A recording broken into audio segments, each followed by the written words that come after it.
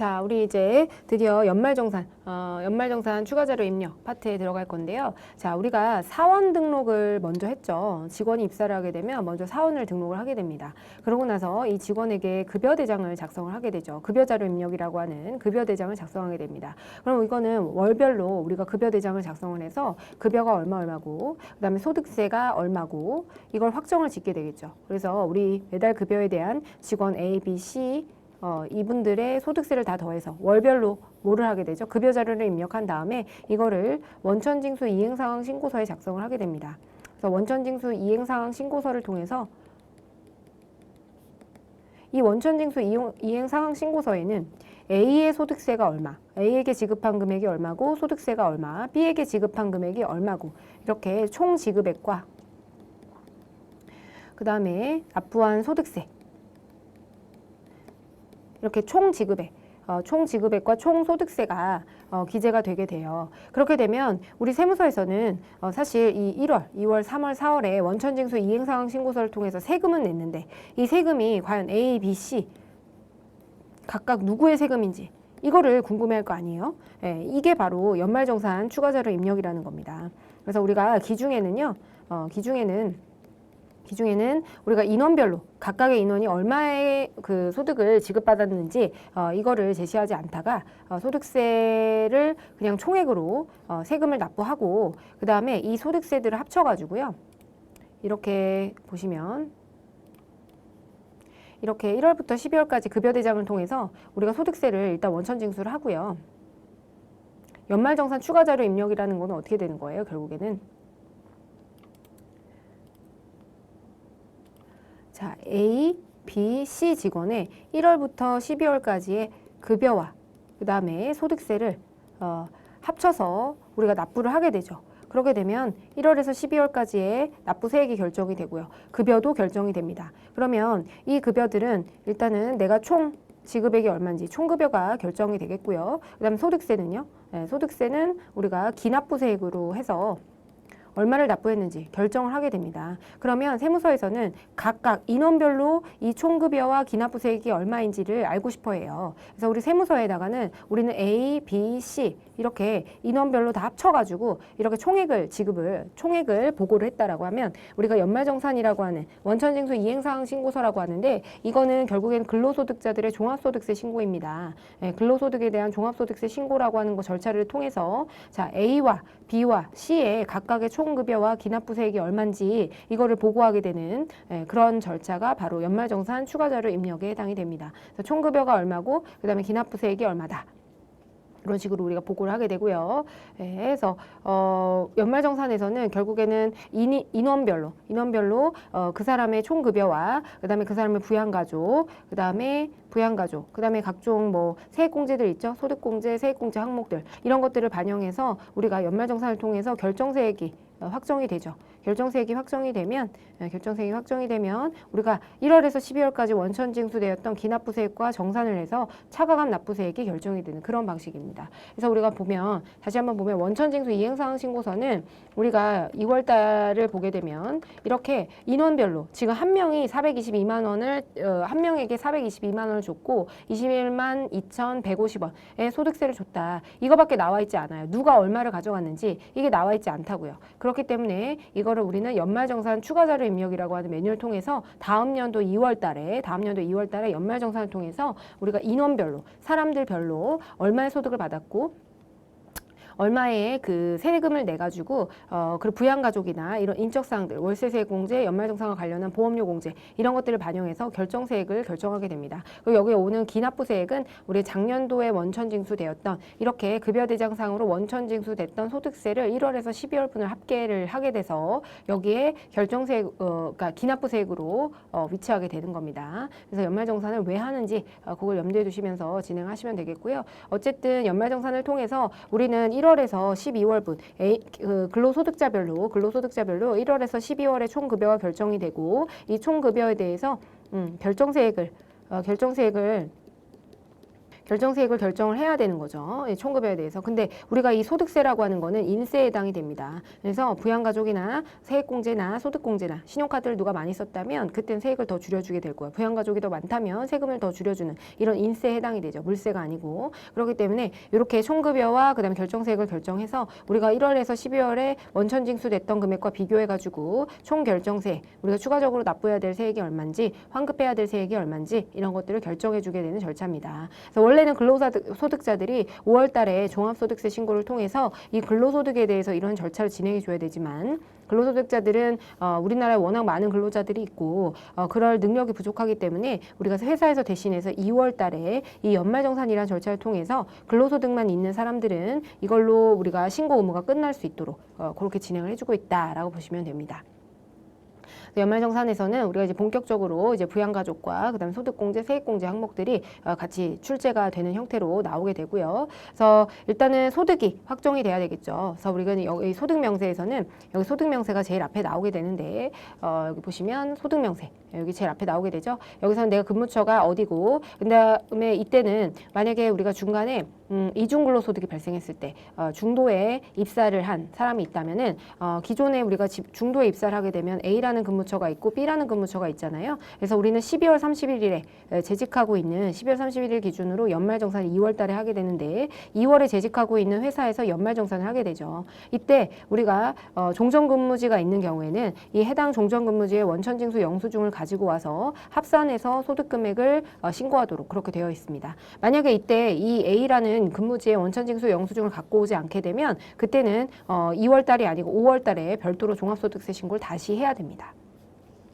그렇고요. 그래서 이 소득명세에서는 어쨌든 만약에 종전근무지가 있다면 종전근무지의 내역을 작성을 해주셔야 되고요. 종전근무지. 그 다음에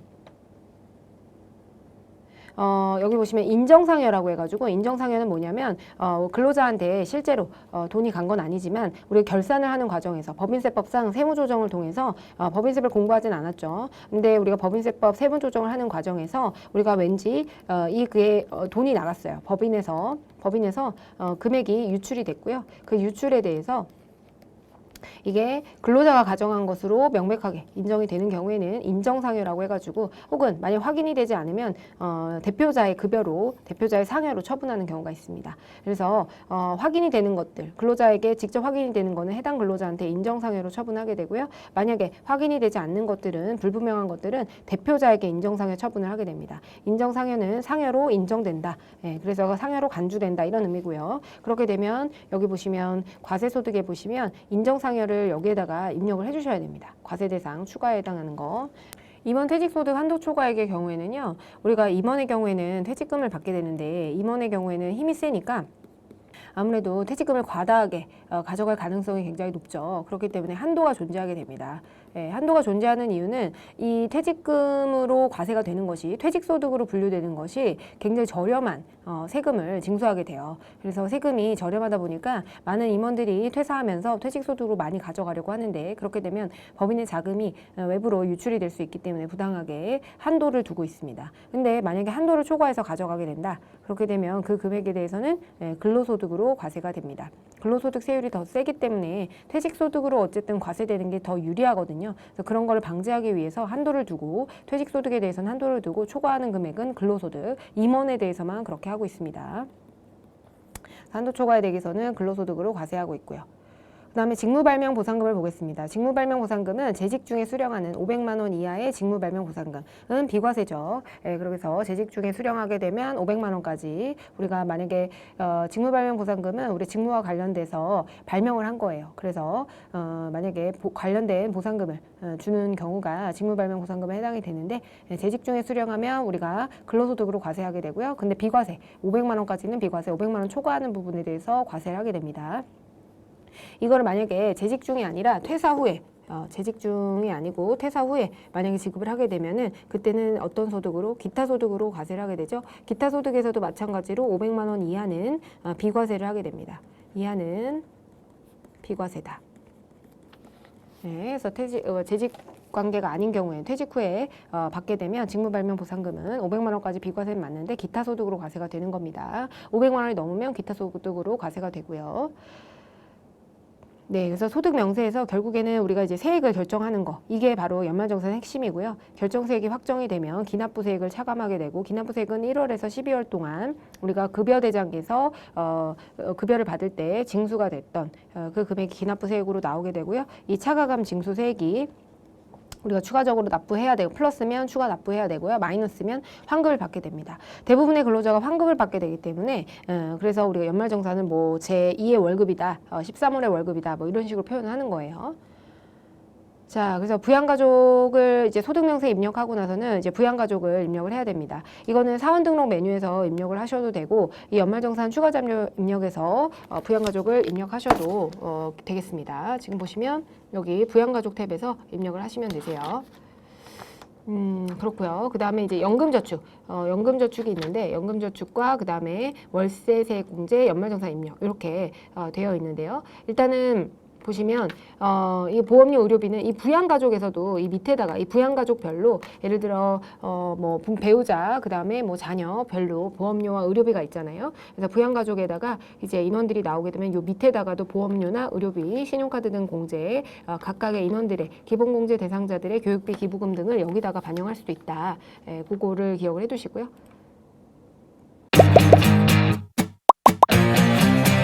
에듀윌 유료 회원만의 남다른 서비스.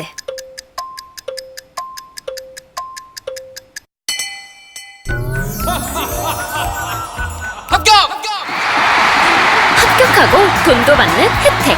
오직 에듀윌 유료 회원에게만. 에듀윌. 무료 합격!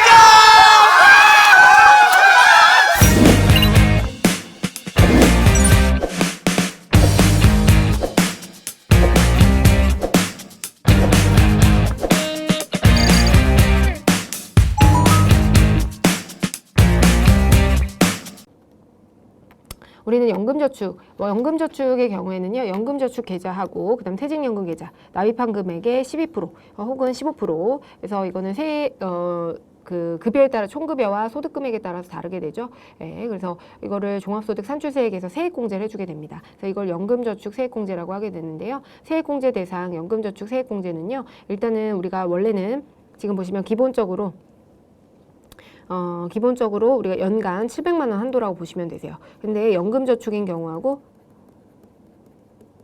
퇴직연금인 경우, 네, 그래서 연금저축의 경우에는요, 지금 보시면 연금저축 계좌 납입액의 경우에는 연간 400만 원을 한도로 하게 됩니다. 연간 400만 원을 한도로 하게 되고요. 만약에 종합소득 금액이 1억 원 초과할 때는 300만 원. 그러니까 총급여 기준으로는 1억 2천만 원.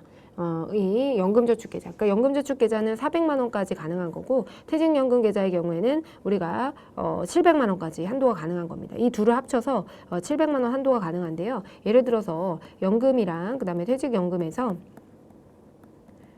연금저축의 경우에는 400만 원, 300만 원에서 이렇게 700만 원을 납입하는 건 가능해요. 근데 연금저축을 700만 원 납입하더라도 얘는 400만 원까지만 공제가 가능하고요. 그 다음에 이렇게 해서 영원으로 해서 700만 원 납입하게 되면 이렇게 700만 원이 아니고 400만 원까지만 공제가 가능합니다. 반면에 우리가 퇴직연금에다가 전액을 납입했다라고 하게 되면 이때는 700만 원까지 공제가 가능한 거예요. 네, 그래서 요 세 가지 케이스로 기억해 두시고, 요 한도가 총급여가 1억 2천만 원을 초과하게 되면 그때는 이게 300만 원으로 한도가 내려가게 됩니다. 그래서 아무튼 퇴직급여, 이 퇴직연금으로 많이 쌓으라는 거예요. 이거는 이제 어쨌든 연금저축이나 퇴직연금 이런 것들은 국민연금이 고갈되기 때문에 이런 연금저축이나 퇴직연금을 통해서 우리가 국민들의 노후를 보장해주기 위해서 이렇게 700만 원을 납입하면 12%에서 15%를 세액공제 해주겠다라는 컨셉이 되고요. 그리고 보시면 이제 근로소득이 있는 경우에, 근로소득만 있는 경우에는 총급여액이 5,500만 원 이하면 15%, 5,500을 초과하면 12%가 됩니다. 네, 그래서 세액공제액은 프로그램에 의해서 자동으로 계산되기 때문에 여러분들이 암기하실 필요는 없으세요. 그래서 총급여에 따라서 12%, 15%가 달라진다. 네, 그 정도만 기억하시면 되고요. 그래서 퇴직연금과 연금저축은 좀 구분해서 또 기록을 하셔야 됩니다. 다른 겁니다. 그다음에 이제 주택마련저축의 경우에도요, 저축공제가 나오게 되는데, 주택마련저축은 이거는 뭐냐면은 우리 청약저축이에요. 청약저축. 그러니까 우리가 집을 사기 위해서는 청약 통장이 있어야 되거든요. 그 청약 통장에다가 납입하는 금액에 대해서 공제를 해주겠다라는 겁니다. 그래서 우리나라 이제 근로자들의 그 주택 구입을 지원해주기 위해서 근데 이거는 7천만 원 이하여야 돼요. 총급여가 7천만 원 이하인 근로자인 무주택, 주택이 없는 세대주가 청약저축, 그다음에 주택 청약 종합저축, 그다음에 이런 거에 가입을 하게 되면 이런 거에 납입한 금액을 우리가 세액공제를 해주게 되는데요. 소득공제를 해주게 되는데, 지금 보시면 여기 보시면 연간 납입액을 240만 원까지 240만 원까지 공제를 해주게 됩니다. 근데 이때 우리가 주택 마련이나 주택과 관련한 공제 중에서 뭐 세대주가 아니면 세대원이 대신해서 공제를 받는 항목들이 있죠. 근데 이거는 근로자 본인만 가능하다. 그것만 기억해 두시면 되고, 연간 240만 원까지 가능하다라고 보시면 되고요. 배우자나 부양가족 명의로 가입한 것은 공제 대상이 아니다. 그걸 기억해 두세요. 이거는 청약저축을 납입하는 겁니다. 납입액에 대해서 소득공제 해주는 항목이다. 그렇게 보시면 되겠고요. 그리고 이제 총급여가 7천만 원 이하여야 된다라는 요건이 있습니다. 자, 월세세액공제도 마찬가지예요. 자, 월세세액공제도 총급여가 7천만 원 이하여야 됩니다. 그리고 이때는 그러니까 종합소득금액 기준은 6천만 원 이하인데 요건 케이스 안 나오니까 우리 보실 필요 없고요. 그냥 보시기만 하면 되고, 총급여가 7천만 원 이하여야 되고요. 이때는 무주택 세대주여겠죠. 그래서 내가 주택이 많아요. 한 10채 있는데 월세로 살고 있어. 그 다 전월세 주고 나는 월세로 살고 있어요. 그러면 그거에 대해서는 혜택을 줘서는 안 되겠죠. 그래서 주거 환경을 지원해주기 위한 것이기 때문에 무주택인 세대주가 가능합니다. 근데 이때 세대주가 관련 공제를 받지 않았어요. 그렇게 되면 세대 구성원이 받을 수가 있습니다. 그래서 아까 전에 얘는 주택마련저축공제, 청약저축의 경우에는 근로자 본인이 가입한 것만, 본인이 납입한 것만 가능한 반면에 월세세액공제의 경우에는 세대주가 못 받게 되면 세대원이 가능하다. 네, 그거를 좀 기억을 해두셔야 되고요. 그 다음에 이때는 요건이 필요합니다. 월세세액공제 할 때는 기준시가가 3억 원 이하의 주택이거나 굉장히 이 월세세액공제를 받는데 그 총급여가 7천만 원 이하이지만 의리의리한 강남의 고급 빌라에 거주하고 있다. 그래서 월세가 3천만 원이다. 이런 것들은 혜택을 줘서는 안 되겠죠. 그리고 국민주택 규모 이하여야 돼요. 국민주택 규모 이하이거나 혹은 기준시가가 3억 원 이하. 그래서 국민주택 규모가 30평 정도를 의미합니다. 그래서 국민주택 규모 이하이거나 국민주택 규모이거나 혹은 기준시가 3억 이하. 네, 그래서 월세세액공제도 총급여액이 5,500 이하는 12%, 그렇지 않으면 10%가 세액공제로 반영이 됩니다. 그래서 연간 금액은 750만 원을 초과해서는 안 된다. 네, 그렇게 보시면 되겠고요. 네, 여기는 그냥 읽어보시면 될 것 같고요. 연말정산 이제 입력태에 가가지고 이제 입력을 할 건데요. 여기 보시면 뭐 총급여와 국민연금 보험료 이런 것들 화면이 있고, 우리가 이제 기억해야 되는 거는 이제 각종 세액공제 항목들 기억하시면 되겠습니다. 지금 여기 연말정산, 여기 우리 월세 세액공제고요. 요 밑에 있는 거주자 간 주택임차 차입금 원리금은 이거는 이제 개인 간의 주택임차 차입금을 이제 빌리는 경우, 그 경우에 해당이 돼서 우리는 그냥 월세 세액공제 시험 문제는 요거가 출제가 되니까 이거 밑에는 그냥 읽어보시고 넘어가시면 되고요. 이제 연말정산 입력을 가게 되면 이 소득명세, 부양가족, 그다음에 연금저축, 월세세액공제 이런 항목들이 여기 기본적으로 반영이 되고, 거기에다가 이제 보험료라든지 보험료 세액공제라든지 다양한 항목들이 보험료 세액공제, 뭐 교육비, 의료비 이런 세액공제들이 여기 연말정산 입력 화면에서 적용이 된다, 반영이 된다라고 보시면 됩니다. 주요 내용을 좀 짚어드릴게요. 자, 우리 이때는 어떤 항목들이 소득요건, 우리가 기본공제 대상자의 경우에는요, 기본공제 대상자는 소득요건도 충족을 해야 되고 그 다음에 연령요건도 충족을 해야 됩니다. 그런데 우리가 그 다음에 나오는 우리가 세액공제, 소득공제 항목들의 경우에는 이 소득과 그 다음에 연령요건을 따지는 경우도 있고 그렇지 않은 경우도 있어요. 의료비 같은 경우에는 소득요건과 연령요건을 모두 다 따지지 않고요. 보험료 세액공제 같은 경우에는 소득요건과 그 다음에 연령요건을 모두 다 충족을 하는 경우에 우리가 보험료 세액공제를 받을 수가 있습니다. 그래서 기본공제 대상자가 우리가 근로자 본인이 납부한 것과 기본공제 대상자를 피보험자로 해서 납부하는 것들, 기본공제, 암튼 우리 보험료 공제 같은 경우에는 기본공제 대상자여야 우리가 이 보험료 세액공제가 적용이 가능합니다. 그래서 여기 보시면 100만 원을 한도로 하게 되고요. 12%, 15%가 일반 보장성 보험과 장애인 전용 보장성 보험으로 나뉘어서 세액공제율이 달라지게 되죠. 예, 세액공제액은 자동으로 계산이 되기 때문에 여러분들이 따로 공부하실 필요 없고요. 어쨌든 우리가 구분해줘야 되는 거는 일반 보장성 보험과 그다음 장애인 보장성 보험, 그리고 이때 소득 요건과 그다음에 연령 요건 모두 충족한 기본공제 대상자에 대한 거, 기본공제 대상자를 피보험자로 하는 근로자 보인인이 피보험자로 해서 납부한 것만 공제가 가능하다. 네, 그렇게 보시면 되고요. 저축성 보험은 공제 대상이 아니고 태아보험료도 공제 대상이 아닙니다. 네, 그렇게 보시면 되겠고요. 피보험자라고 하는 거는 납입자가 있고요. 돈을 내는 사람이 있고, 우리가 뭐 보험 같은 경우에는 누가 다쳤을 때 어떤 내용을 보장을 해주잖아요. 피보험자는 누가 다쳤느냐, 누가 다쳤을 때 이 납입한 보험료에 대해서 피보험자가 있고 또 수익자가 있습니다. 수익자. 돈을 받는 사람이 실제로 돈을 받는 사람이 누구냐, 납입자와 피보험자, 수익자가 있는데 어쨌든 피보험자가 기본공제 대상자에 해당이 돼야 됩니다.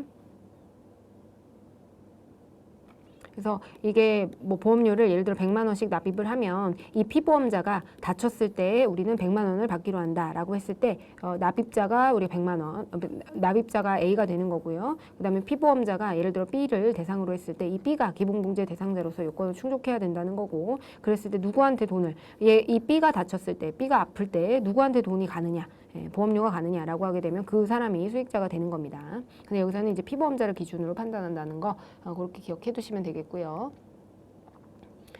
그래서 뭐 보험료는 뭐 생명보험, 손해보험, 상해보험 이런 것들이 있고요. 아까 봤듯이 이제 저축성 보험의 경우에는 보험료 세액공제를 받을 수 없다. 그거 기억해 두시고, 장애인 보장성 보험료는 우리가 별도로 100만 원의 한도로 세액공제가 가능하다.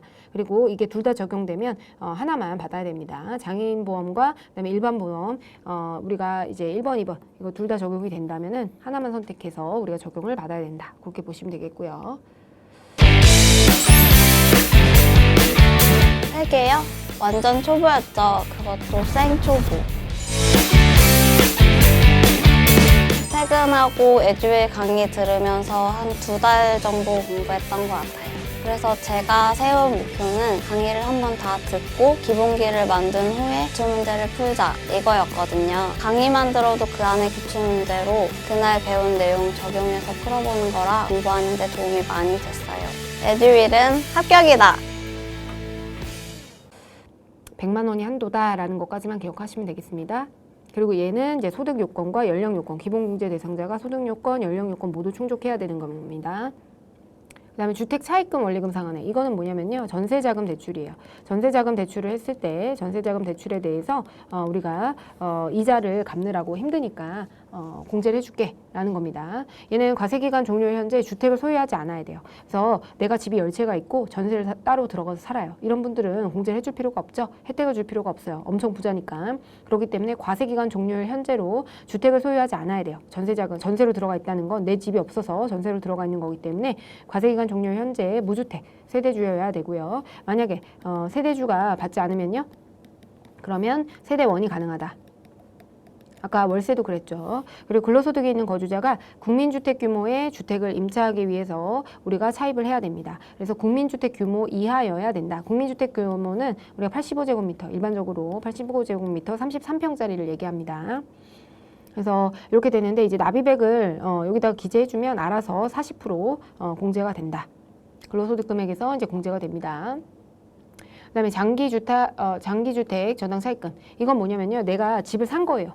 그래서 여기 보시면 근로소득이 있는 거주자로서 주택을 소유하지 않거나 혹은 1주택이 된 거죠. 내 주택을 담보로 해가지고 주택을 담보로, 그렇지만 이거는 2주택자, 3주택자, 다주택자한테는 이런 혜택을 줄 필요가 없어요. 그렇기 때문에 우리가 1주택자에 대해서 적용을 하게 되고요. 1주택을 보유한 세대주가 주택 관련 공제를 받지 않았다면 세대원 중에서 근로소득이 있는 자도 공제가 가능하다. 그래서 우리가 1주택을 보유하고 있는 세대주여야 되고요. 세대주가 받지 않으면 얘도 세대원이 가능한 겁니다.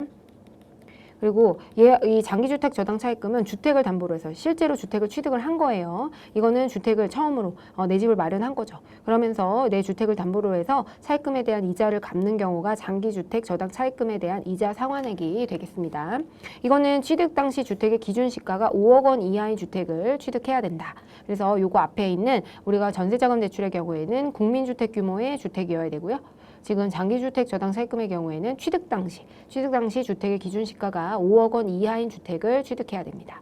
네, 그래서 그랬을 때 우리가 공제를 해주게 되고요. 여기 보시면 2011년 이전 차입금, 2012년 이후, 2015년에 따라서 공제율이 이렇게 달라요. 그렇기 때문에 여러분들은 잘 보시고 언제 차입한 건지 다 주어지니까 그걸 보고 적절한 곳에 입력을 해주셔야 됩니다.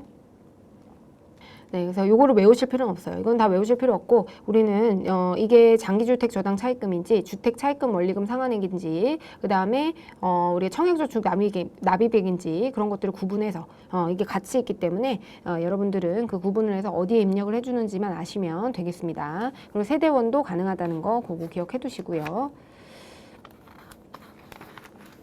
그 다음에 의료비입니다. 의료비. 자, 의료비는 우리가 보시면 기본공제 대상자 기본공제 대상자 중에 소득 금액과 연령 요건을 따지지 않습니다. 그래서 우리가 소득이 있어도 우리가 교육비 세액공제가 가능하고요. 그다음에 연령 요건도 따지지 않아요. 나이와 상관없이 우리가 의료비에 대해서는 세액공제가 가능합니다. 그래서 얘는 공제 대상액의 15%, 그러니까 납입한 금액의, 그러니까 공제 대상 금액의 15%가 이제 공제가 되고요.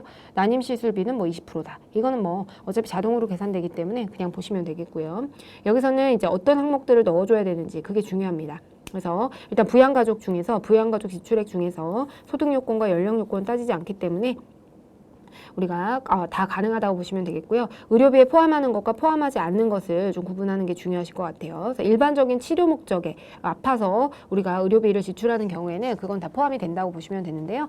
미용이나 성형 목적, 그리고 건강 증진을 위한 의약품. 그래서 우리가 홍삼이나 뭐 예를 들어 한약 같은 거 이런 것들이 건강 증진을 위한 목적이다. 아파서 먹는 게 아니고 건강 증진을 위한 그런 금액에 해당된다면 그거는 제외합니다. 그거는 대상이 아닌 거예요. 뭐 보톡스 맞고 성형 시술하고 이런 것들은 이런 것들 혜택을 줄 필요가 없다라는 거죠. 그 다음에 지금 보시면 우리가 아파서 가는 거는 한의원도 포함이에요. 네, 조사원도 포함되고요. 그리고 의료기관에 지급하는 그 종합건강진단비 이것도 포함이 된다고 보시면 됩니다. 그리고 치료와 요양을 위해서 의약품을 구입하고 지급하는 한약을 포함해서 의약품을 구입하고 지급하는 한약도 일단은 이게 치료와 요양을 위한 것인지 건강 증진을 위해서 한약을 먹는 것인지 그걸 구분해 놓으셔야 돼요. 그리고 지금 보시면 국외 의료비의 경우에는 제외됩니다. 근데 이거 나중에 보시면 아시겠지만 국외 교육비는 가능합니다. 교육비 세액공제가 가능해요. 근데 얘는 국외 의료비는 안 되고 국외 교육비는 가능하다. 네, 그렇게 보시면 되겠고 또 여기서 이제 중요한 게 이제 시력 보정용 안경, 콘택트 렌즈 기업비. 그래서 안경이나 콘택트 렌즈 같은 거 구입을 하게 되면 1인당 연간 50만 원. 요거 기억해 두세요. 50만 원 이내의 금액이 가능하다. 네, 그렇게 기억을 하시면 되겠습니다. 그리고 의료비 세액공제는 나중에 이제 신용카드 소득공제하고 신용카드 소득공제와 중복 적용이 가능합니다. 중복 적용이 가능하고 보청기라든가 장애인 보장구 이런 것들 다 가능하죠. 네, 그렇게 보시면 되겠습니다. 자, 그래서 우리가 이제 입력을 할 때는 난임시술비하고요. 본인과 65세 이상자 의료비, 장애인과 건강보험 산정 특례자 의료비 그 밖에 이렇게 세 가지로 나뉘어서 입력을 하게 되는데 왜냐하면 우리가 이제 1번 의료비, 2번 의료비, 3번 의료비 이렇게 얘기를 하거든요. 왜냐하면 이제 그 난임시술비는 별도의 그 공제율을 적용을 받기 때문에 그렇게 구분을 하는 거고요. 본인 장애인, 경로우대자, 결핵환자 의료비는 우리가 산식 자체가 위에 나와 있어요. 위에 나와 있어가지고 좀 차이가 있는 건데 우리가 어쨌든 구분해서 입력해 주셔야 돼요. 네, 그렇게 보시면 되겠고요. 그다음 교육비 세액공제 보겠습니다. 교육비는요. 교육비는 지금 보시면 취약전 아동과 초중고, 대학생 본인이 있는데요. 본인의 교육비는 전액을 공제를 받으실 수가 있습니다. 그리고 취약전 아동의 경우에는 연간 인당 300만 원, 각 인별로 취약전 아동의 교육비를 300만 원까지 가능하고 초중고는 300만 원, 대학생은 900만 원입니다. 그리고 이때 보시면 대학원의 경우에는요. 대학원은 본인 의료비만 가능해요. 본인 교육비만 가능합니다. 대학원은 본인만 가능하고 배우자의 대학원 배우자의 대학원을 지원해 주는 경우 있죠. 예, 이 경우는 대상이 되지 않는다. 네, 그렇게 보시면 되겠고요.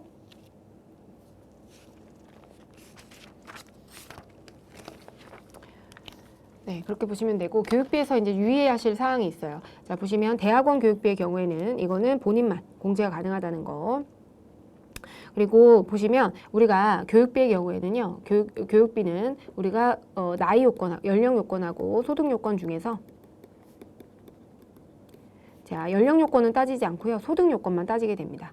네, 그래서 연령 요건, 왜냐면은 대학생들 자녀들도 대부분 우리나라 정서상 대학에 가도 지원을 하기 때문에 연령 요건은 따지지 않고 소득 요건만 따지게 됩니다. 그리고 이때 직계 존속은 제외됩니다. 직계 존속이 제외된다. 그래서 아들이 부모님을 가르칠 수는 없다는 것이죠. 그래서 직계 존속의 교육비는 공제가 불가능합니다. 그리고 국외 교육비는 공제 대상이에요. 근데 국외 의료비는 공제 대상이 아니다. 이렇게 말씀드렸고요. 그 다음에 학원비의 경우에는 일반적으로 안 됩니다. 근데 학원비는 영유아, 우리 취약전 아동의 학원비는 공제가 가능해요. 예, 근데 초중고 이후로는 학원비 공제가 안 된다. 예, 그거 기억해 두시고요. 초중고 사교육비를 신용카드로 결제한 경우에는 당연히 교육비 공제 받을 수 없지만 신용카드 사용금액 공제는 해당이 됩니다. 자, 영유치원, 취약전 아동이 있고요. 영유치원, 취약전 아동이 있고 이제 초중고 학생들이 있는데 여기에 대한 학원비가 있겠죠. 학원비에 대해서 얘는 교육비 세액공제도 가능하고 그 다음에 신용카드에 대한 소득공제도 중복으로 가능합니다. 반면에 초중고등 학생 같은 경우에는 교육비에 대한 세액공제는 불가능하지만 신용카드 등에 대한 소득공제는 가능하다. 이 내용입니다. 즉 우리 영유치원의 경우에는 교육비와 그다음 신용카드 소득공제를 중복으로 적용받을 수 있습니다. 이런 거 어떤 거 있었죠? 의료비도 있었죠. 의료비의 경우에도 의료비 세액공제와 신용카드 소득공제를 둘 다 받을 수 있습니다. 그 다음에 여기서 또 기억해 두셔야 되는 게 중고등학생 교복구입비는 1인당 50만 원입니다. 그래서 초등학생에 대한 우리 그 사립초등학교 같은 경우에는 교복을 입잖아요. 초등학생에 대한 교복구입비는 해당되지 않습니다. 그리고 뭐 방과후 수업료 이런 것들이 있는데 한도가 있는 게 중요해요. 초중고등학생의 체험학습비는 1인당 30만 원입니다.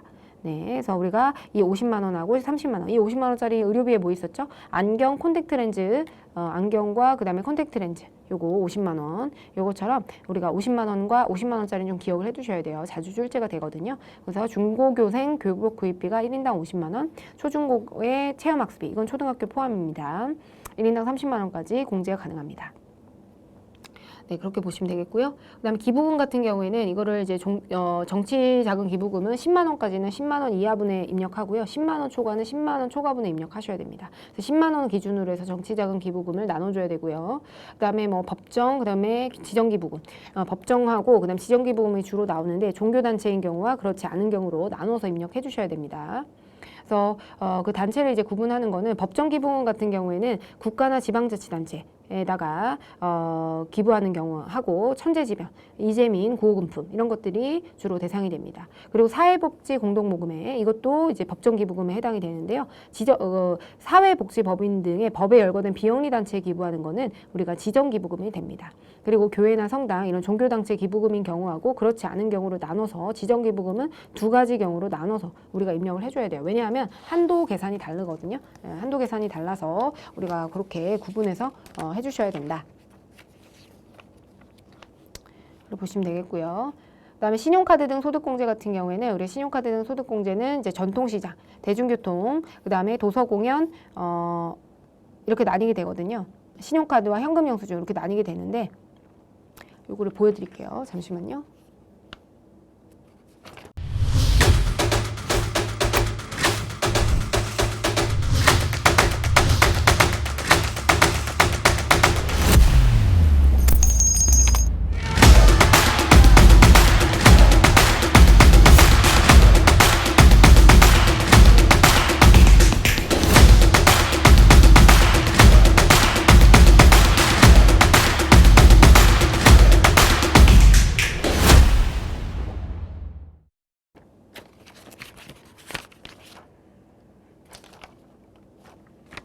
자, 신용카드 등 소득공제는 어떤 식으로 나눠서 입력을 하셔야 되냐면 자, 예를 들어서 신용카드 소득공제가 이 밑에 있거든요. 여기 이제 입력을 하시면 되는데 신용카드와 지금 전통시장 신용카드와 이 전통시장이랑 대중교통 그리고 도서공연 이 세 가지는 별도로 빼줘요. 어떤 결제수단을 사용했는지와 상관없이 전통시장, 대중교통, 도서공연 여기에다가 사용한 거는 별도로 빼주게 되고요. 그리고 나서 나머지 금액들을 신용카드와 그 다음에 직불카드 이건 체크카드죠. 현금 영수증으로 이렇게 나눠주게 되는 겁니다. 그래서 신용카드 등 사용액 합계액은 신용카드, 직불카드, 현금 영수증을 모두 다 포함하게 되는데 그 중에서 전통시장과 대중교통, 도서공연 사용분은 별도로 빼주게 되는 겁니다. 총급여가 있어야 이 최저 사용액이 결정되기 때문에 총급여가 필요하고요. 자, 지금 보시면 근데 기억하셔야 되는 게 이 도서공연 있잖아요. 도서공연. 이거는 총급여 7천만 원 이하인 근로자의 경우에는 이 도서공연에 대해서 추가적인 이 도서공연을 따로 빼주는 이유가 뭐냐면은 이 공제율을 높여서 적용을 해주기 위함이거든요. 예, 그런데 총급여가 7천만이 넘어가게 되는 경우에는 이 도서공연 사용분을 별도로 구분하지 않아요. 그래서 이때는 일반 카드 사용액으로 분류를 해줘야 됩니다. 네, 그래서 7천만 원 이하인 경우에는 7천만 원 이하인 경우에는 우리가 도서공연 지금 7천만 원을 기준으로 해서 월세 세액공제나 이런 것들이 여러 가지가 달라지게 되거든요. 5,500 기준이 있고요. 7천만 원 기준이 있습니다. 그래서 이런 것들을 좀 구분해서 기억해 두시고 도서공연 사용분의 경우에는 7천만 원 이하이면 도서공연에 대해서 별도의 공제율을 적용을 따로 받게 되지만 7천만 원이 넘어가게 되면 이때는 도서공연을 별도로 입력하지 않고 신용카드, 현금 영수증, 그 다음에 기타 체크카드에 각각 입력을 하시게 되는 겁니다. 자, 그래서 신용카드에서 중요한 건요. 일단은 이때는 기본공제 대상자 중에서 소득 요건만 따지게 됩니다. 나이 요건, 자 연령 요건은 따지지 않고 요거 이따 정리할 거예요. 연령 요건 따지지 않고 그다음에 소득 요건을 따지게 되고요. 이때 형제자매는 제외합니다. 우리 교육비의 경우에는 직계존속을 제외하는데 우리가 신용카드 소득공제는 형제자매를 제외합니다. 네, 그거 기억해 두시고요. 그래서 신용카드 사용 금액 중에서 제외되는 항목들이 있습니다. 이거는 지금 보시면 국외에서 사용하는 금액, 그래서 국외에서 사용하는 국외 교육비만 교육비 공제가 가능하고 국외에서 사용 금액은 혜택을 줄 필요가 없기 때문에 기본적으로 되지 않는다. 그렇게 보시면 되겠고요. 그 다음에 우리 보험료, 보험료 공제 대상의 보험료, 자동차 보험료나 그 다음에 연금보험료, 국민연금 같은 거 이런 것들은 제외하게 되고요. 기부금 공제 대상의 어떤 기부금도 공제가 제외된다. 그렇게 보시면 되겠고요. 그 다음에 교육비의 경우에도 일반 교육비 같은 경우에는 일반 교육비 공제 대상 교육비는 원칙적으로 되지 않는데 취약전 아동에 대한 학원 수강료는 우리가 공제 대상에 포함을 해요. 왜냐면 여기가 굉장히 그 현금 매출 누락이 심하거든요. 그래서 이런 사업자들의 매출 누락을 잡아내기 위해서 어쨌든 여러 가지 혜택, 교육비 세액 공제하고 취약전 아동의 학원비는 교육비 세액 공제도 학원비의 경우에는 교육비 세액 공제도 가능하고 네, 신용카드 소득공제도 가능한 겁니다. 그 다음에 뭐 정부, 지자체, 국세, 지방세 이런 신용카드 소득공제를 하는 이유는요. 이 신용카드 사용하는 그 매출처 있잖아요. 신용카드 사용처. 그곳들의 매출을 잡아내기 위해서 근로자들한테 신용카드를 사용하게끔 하는 거예요. 그래서 소득공제 혜택을 주는 건데 이런 정부나 지자체, 아파트 관리비 이런 것들은 혜택을 줄 필요가 없는 것이죠. 애초에 매출 누락 자체를 못하는 곳들이기 때문에 그렇고요. 그래서 요 정도만 일단 기억을 하시면 되겠고요. 네, 요 정도 기억하시면 되겠고 그리고 지금 보시면 의료비도 즉 의료비 세액 공제와 신용카드 소득 공제 중복으로 적용하죠. 취약전 아동 학원비처럼 의료비 지출액의 경우에도 의료비 공제, 신용카드 세액 공제. 의료비에 대한 어떤 그 매출 누락이 심해서 그래요. 병원이나 의원들에서 매출 누락이 너무 심하다 보니까 그런 것들을 잡아내기 위해서 의료비 지출액에 대해서는 이렇게 이중 혜택을 주는 겁니다. 그 다음에 형제자매는 제외하게 되고요. 그 다음에 중고자동차 있잖아요. 우리가 원래 차량 구매에 대해서는 뭐 리스나 아니면 차량 구매 비용의 경우에는 이런 취득세가 부과되는 자산 이런 것들에 대해서는 우리가 신용카드 혜택을 줄 필요가 없기 때문에 공제를 하지 않다가 중고자동차의 경우에는 구입 금액의 10%를 신용카드 등 사용 금액에 포함을 시킵니다. 그래서 요건 한번 봐두시면 좋을 것 같고요. 중요한 건 이제 이런 것들을 시험장 들어가기 전에 한 번씩 다 정리를 하고 가셔야 되겠죠. 그래서 보장성 보험료, 그래서 신용카드로 결제한 교육비 이런 것들이 신용카드 공제도 받고 특별세액 공제도 가능한 항목들이 어떤 것들이 있는지 그래서 영유치원 아동, 취약전 아동의 학원비라든가 그다음에 신용카드로 결제한 중고등학생 교복 구입비, 의료비 이런 것들 우리 공부했었죠. 그다음 신용카드로 결제한 사설 학원비는 당연히 교육 공제는 안 되는데 신용카드 공제가 가능합니다. 그리고 그 외에 보장성 보험이나 그다음에 교육비나 그다음에 기부금 이런 것들 기본적으로 우리가 특별세액공제를 받게 되면 신용카드 공제가 불가능한 거예요. 신용카드 공제 이거 이중으로 혜택을 받는 거잖아요. 근데 우리가 의료비하고 그다음에 취약전 아동 요건 자주 출제가 되거든요. 그렇기 때문에 그다음에 중고등학생 교복교육비와 그다음에 그냥 일반적인 초중고등학생들이 다니는 학원비 이런 것들은 당연히 교육비 공제는 안 되는데 신용카드 공제는 되고 얘는 중복이 아니죠. 요 세 가지만 좀 기억을 해두시면 되겠습니다. 요 사설학원비는 우리 초중고등학생들 자녀 키우면서 학원비 다니는 거 그런 것들은 교육비 공제는 안 돼요. 취약전 아동 제외하고는 교육비 공제는 안 되고 신용카드 공제만 가능하다는 거. 그다음에 요거는 이제 소득금액 요건을 따지느냐 안 따지느냐. 그래서 보험료 공제 같은 경우에는 소득금액과 이제 연령 요건 모두 다 따지게 되고요. 기부금 그다음에 교육비 같은 경우에는 소득금액 요건만 따지게 됩니다. 의료비는 둘 다 연령 요건과 소득 요건 모두 다 따지지 않고요. 신용카드 같은 경우에도 이제 소득 요건만 따지게 됩니다. 그래서 기본적으로 소득 요건만 따진다라고 보시면 되겠고요. 네, 그래서 이런 내용들 좀 기억을 해두셔야 돼요. 그래서 각각의 항목별로 어떻게 우리가 공제가 되는지 그리고 주택자금 공제 같은 경우에 지금 여기서 보시면 이제 근로기간 지출액만 공제된다. 이거는 이제 근로소득이 있는 자들만 가능하다는 거예요. 그래서 사업소득자의 경우에는요 보험료 공제 안 되고요. 그다음 기부금, 교육비, 의료비, 신용카드 공제 이런 것들 다 안 됩니다. 주택자금 공제도 주택자금과 관련해서도 사업자들에 대해서는 요거 공제 혜택이 전혀 없습니다. 그래서 요거 좀 기억을 해두시고 문제를 풀어보시면 되겠습니다. 그래서 일단 이런 내용들은 우리가 이론에서 다 정리를 하고 넘어왔어요. 그렇기 때문에 여러분들이 요거는 조금 기억을 해두셔야 되고 요게 지금 정리가 잘 돼 있잖아요. 뭐 직계존속과 그다음에 형제자매 제외하고 그다음에 국외 사용액이 되는 경우 그다음에 기본적으로 국외 교육비만 가능하고요. 국외 사용액은 국외 의료비 그다음에 신용카드 사용액 모두 다 안 됩니다. 네, 그렇게 되고요. 그리고 교육비 공제는 기본적으로 직계존속은 안 되는데 장애인인 경우에만 직계존속이 가능하고요. 주택자금과 그다음에 연금저축도 본인 명의 지출분만 원칙적으로 공제가 된다는 거. 그리고 교육비 중에서도 대학원 교육비의 경우에는 본인분만 공제가 된다. 네, 그렇게 좀 기억을 해두시기 바랍니다. 그래서 요거 하시고요. 이제 다음 시간부터 우리 문제 풀어보도록 하겠습니다. 감사합니다.